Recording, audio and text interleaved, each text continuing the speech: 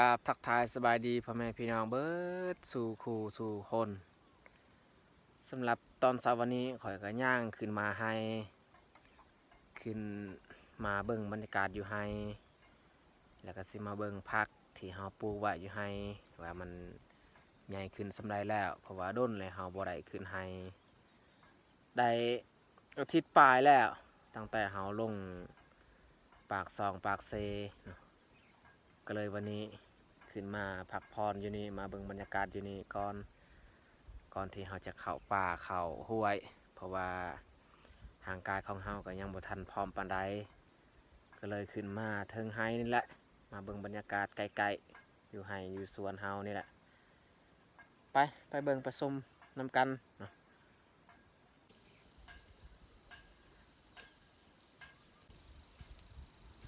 บรรยากาศตอนเช้าวันนี้นี่เต็มหมอกปกคลุมหมู่บ้านเฮาอยู่ลุ่มนี่เฮาบ่เห็นเลยอยู่ลุ่มหมู่บ้านเฮาเต็มแต่หมอกแสงตะเวนฮะกะส่องมา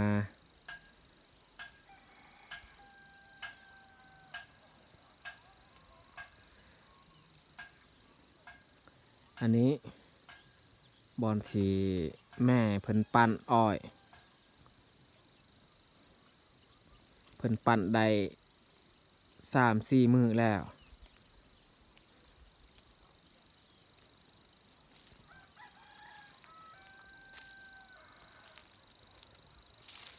อันนี้น้ำอ้อยที่แม่ปั้นไว้มื้อวานนี้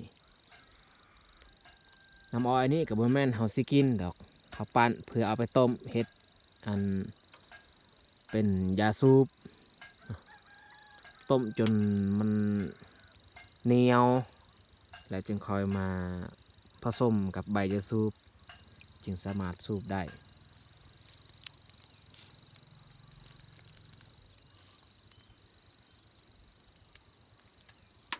เครื่องปั้นอ้อยอันนี้ก็เฮาเฮ็ดปีกายเนาะค่อยกับเบายูบเจาะหูนี้เนาะแล้วก็ใส่แคลอันนี้เนาะ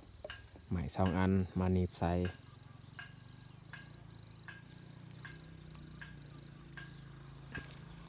อันนี้อ้อยเศษเรือที่เพิ่นปั้นแล้ว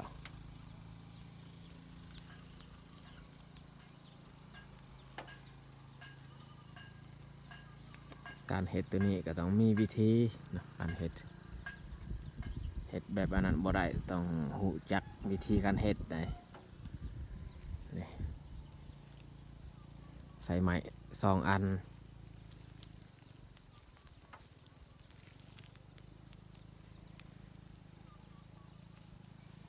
และบอนที่เพิ่นต้มนี่มันอยู่นี้เพิ่นต้ม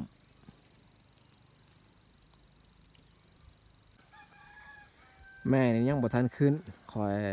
ขึ้นมาก่อน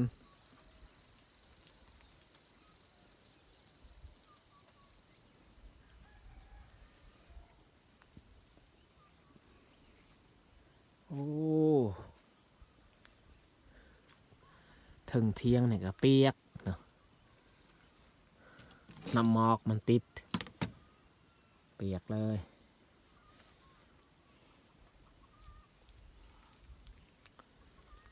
มาเบิ่งผักอีกว้าวทุกคนผักใหญ่ๆแล้วอาทิตย์ปลายบ่ได้ขึ้นมานี่มีการเปลี่ยนแปลงหลายที่สุดนี่หอมปลอมแต่ก้อนนี่น้อยเสืองคอยยังอยู่บ้านขึ้นมาฮดพักก็สามารถเก็บกินได้แล้วใหญ่พอดีสำนี้อันนี้ถ้าว่าเฮาเก็บนี่เฮาสิลกเอาแบบเฮาเบิ่งบนได้มันทีกันเฮาลกให้มันห่างอีกเพื่อมันจะขยายใหญ่กว่านี้อีกเขียวดีคักเฮาใส่ฝุ่นขี้ไก่นี่แหละประเภทพืชผักที่เฮาใส่ขี้ไก่นี่งามสุดเลยขี้แนวอื่นนี่บ่งาม คือขี้งัวขี้ควายนี่บ่งามเนาะมันแต่หญ้ามันป่งขึ้นมาหลาย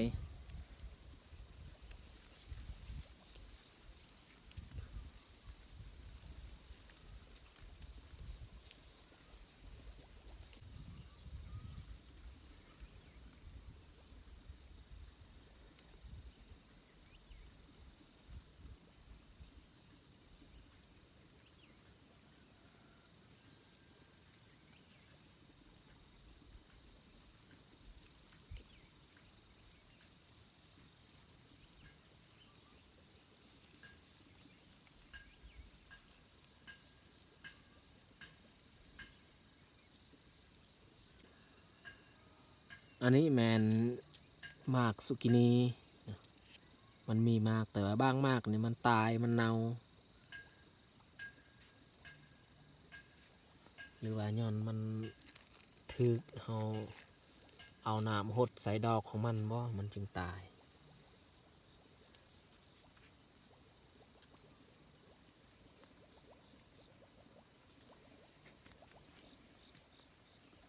ผักกาดที่กำลังใหญ่สามารถเก็บกินได้นี่แมนหานานเนาะอยู่หานานหนึ่งอยู่นี่นานหนึ่งแล้วก็อยู่นี่3 นานโซนนี้ก็พอกินอยู่ผักพอได้เก็บได้กินเพราะว่าอยู่บ้านเฮานี่เฮ็ดที่ยังกับบ่ได้ขายมันแต่กินเท่านั้นยามมีก็กินยามบ่มีก็อดเอา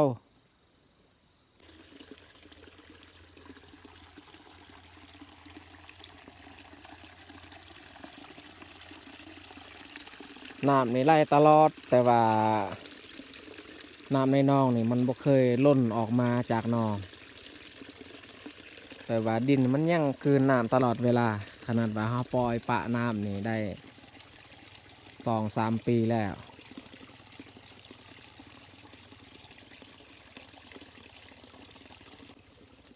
ดอมก็มาแล้วมันมานำแม่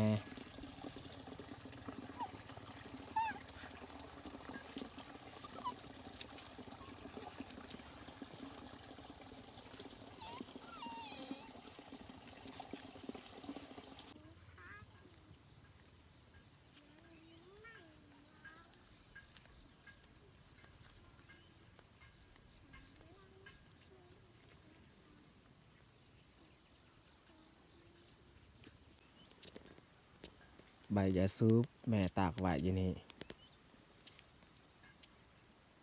ใบยาสูบที่เขาตากไว้แห้งแบบนี้แหละเขาเอาไปผสมกับน้ำอ้อยที่เขาต้มจนมัน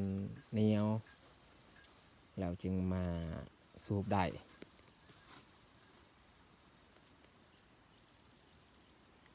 เมฆหมอกนะยังบ่ทันจางหาย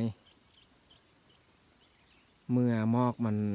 หายไปเบิดเฮาสิเอาน้ำไปหดสวนผักอีก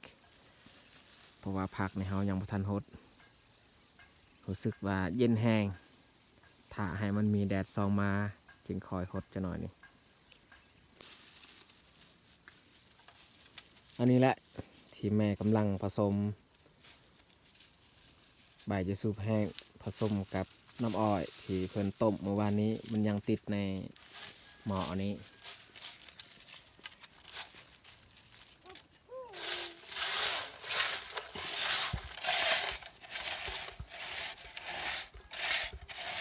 ผสมให้มันเปียกเข้ากันระหว่างน้ำอ้อยกับใบยาสูบการเฮ็ดแบบนี้นี่เฮ็ดให้ยาสูบมันหอมขึ้นถ้าว่าเราบ่ได้ผสมกับน้ำอ้อยนี่มันบ่หอมปานใด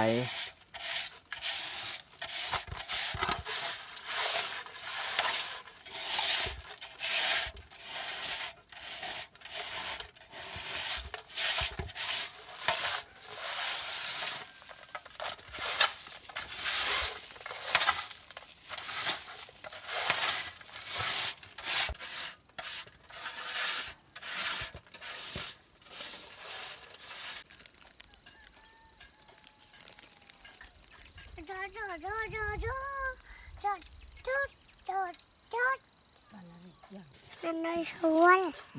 วัดดี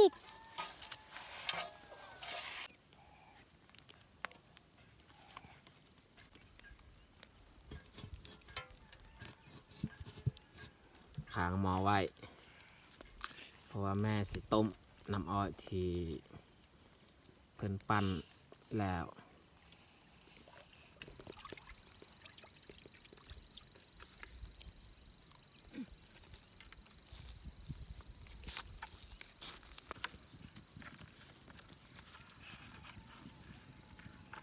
กั้นขี้เหงื่อ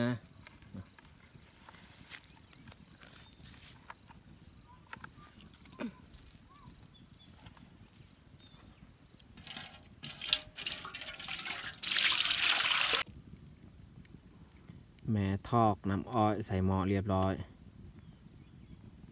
ส่วนในคุก็ยังเพราะว่าหม้อนี้มันเต็มแล้ว2 เทื่อต้มอันนี้แหละใส่เวลาโดนขนาดจนกลัวน้ำอ้อยมันสิบกลงได้เป็น2 ชั่วโมง3 ชั่วโมงเขาก็มีแต่เสย่างขึ้นไปหดสวนพักอีกบาดนี้รู้สึกว่าแค่แน่แล้วบ่หนาวปานใดแต่ว่าหมอกนี่ยังบ่ทันหายได้อทุกคนเลยความมันหนาหมอกสำหรับตอนเช้าวันนี้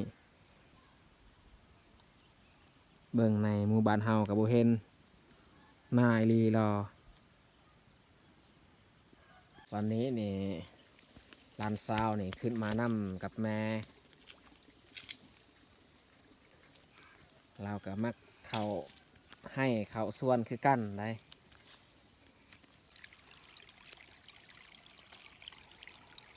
อันนี้จุดที่เราเก็บน้ำปล่อยใส่ท่อที่เราจะฉีดใส่นานพักนี่มันเป็นท่อน้อย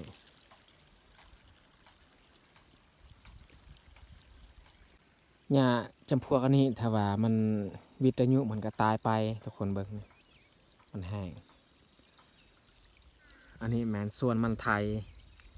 เอาบ่ได้ลกเอาไปขายเพราะว่าบ่มีคนมาบอกว่าสิซื้อเอาปลูก2 ปีแล้วได้ปลูกไว้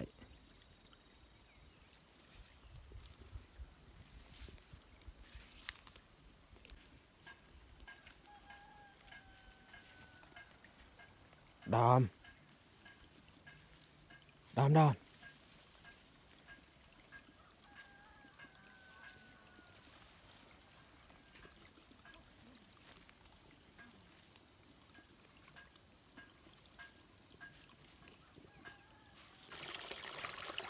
ำไหลเต็มท่อแล้ว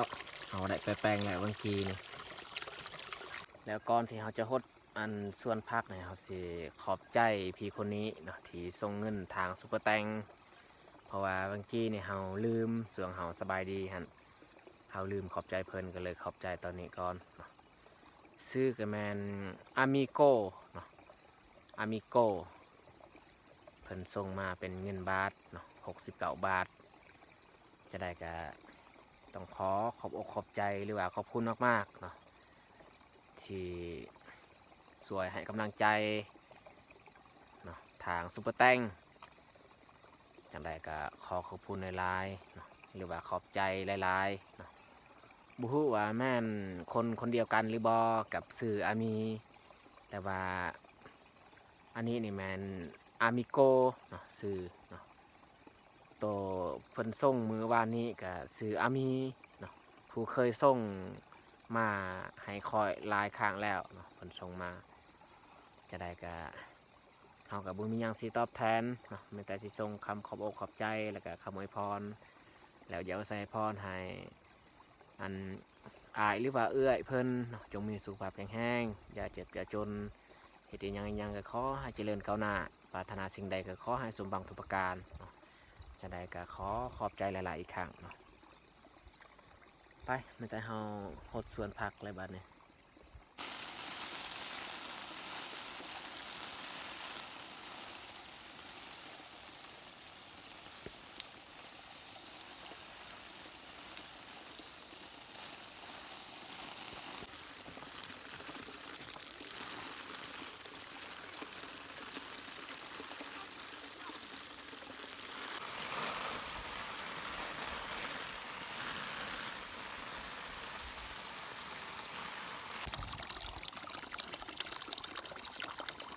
เอาบัวอีกมาหดเพราะว่ามันมีนานไกลเอาหดกับทอบ่ฮอด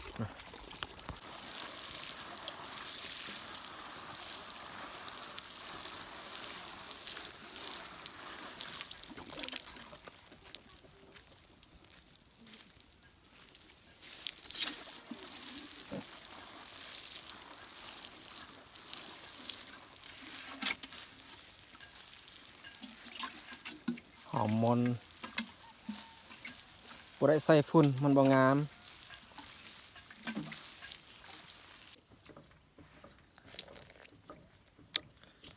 หวานบ่ การ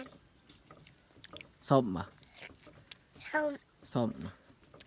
ส้ม บ่กินหลายกินอันเดียวยันว่าเจ็บท้องจ้า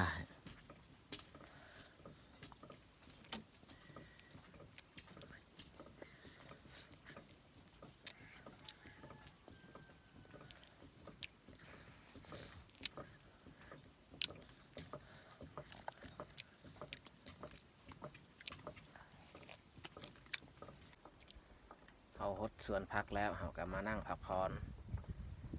ยันเช้านี่กินส้มส่วนแม่เนี่ยก็ปั้นอ้อยอาเตื้อยนี่ปั้นบ่ได้เพราะว่ายังเจ็บตีนหัวเข่านี่ยังบ่ทันหายดีก็โดนเติบเลยได้เพิ่นพักบ่ได้เข้าป่าเข้าสวนอยู่แต่อยู่บ้านนี่แหละแม่ตัดอ้อยมาปั่นเติมอีกเพื่อให้มันพอดีเต็ม2 หม้อเพราะว่าบางกี้นี่ในคุหันนำอ้อยน้อยเดียวแม่ก็เลยตัดอีก2-3 ลำมาปั่น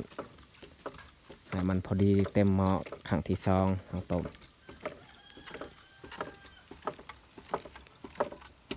เมื่อยสุดๆได้เฮาปั่นแบบนี้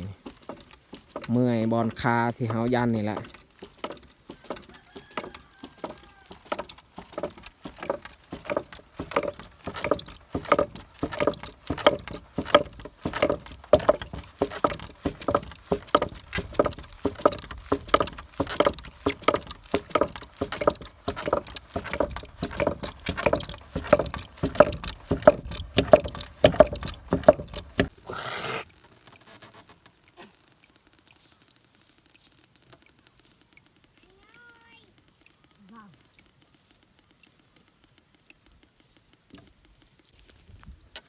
หลังจากที่แม่ปั่นแล้วนี่ก็คำไว้อีก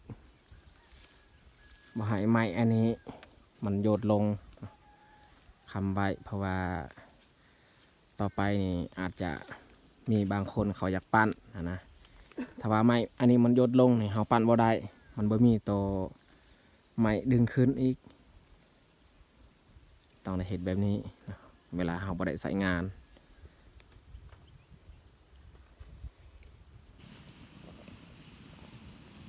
จะเราคือก็หนุนกูดูด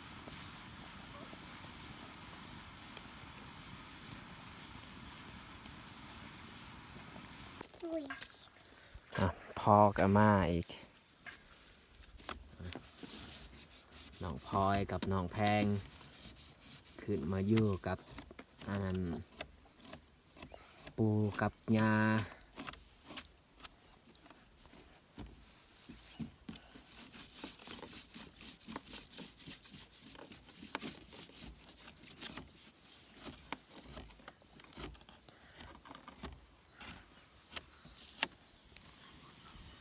น้ำอ้อยที่แม่ต้มกับ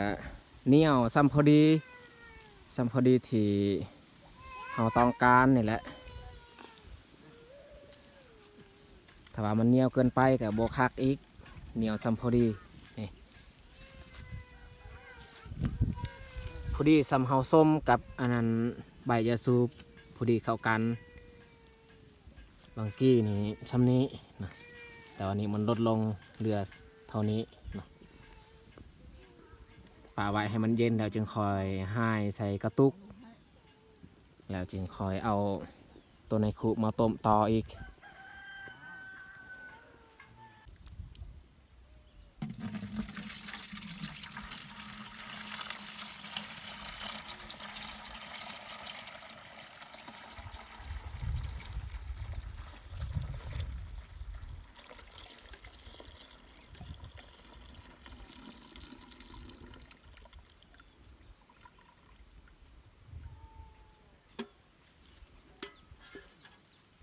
เขาสิลกเอาผักกาดซ้ำเฮากินคาบหนึงนี่แหละเพราะว่าผักกาดของเฮานี่มันที่แล้วลกเอาให้มันห่างมันจึงขยายไวกว่านี้อีก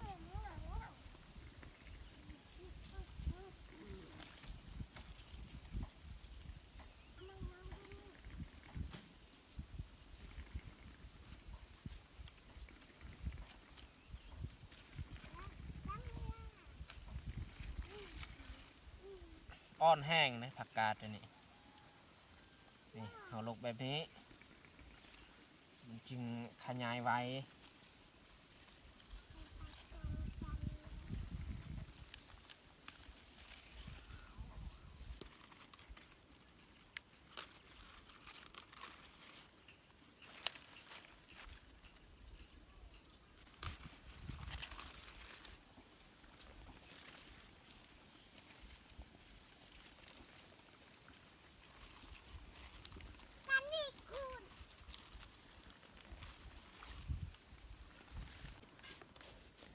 ผักเนี่ยแมนเฮาล่างเรียบร้อยยัดใส่ถุงยาง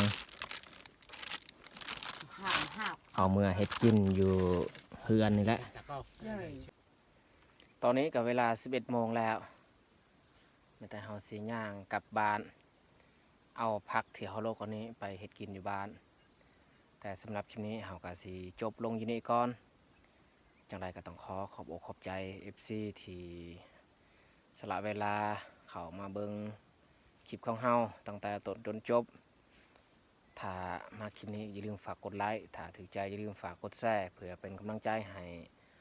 ขอได้เฮ็ดคลิปต่อๆไปเนาะจังไรก็ขอบใจหลายๆเนาะบ๊ายบายพบกันในคลิปต่อไป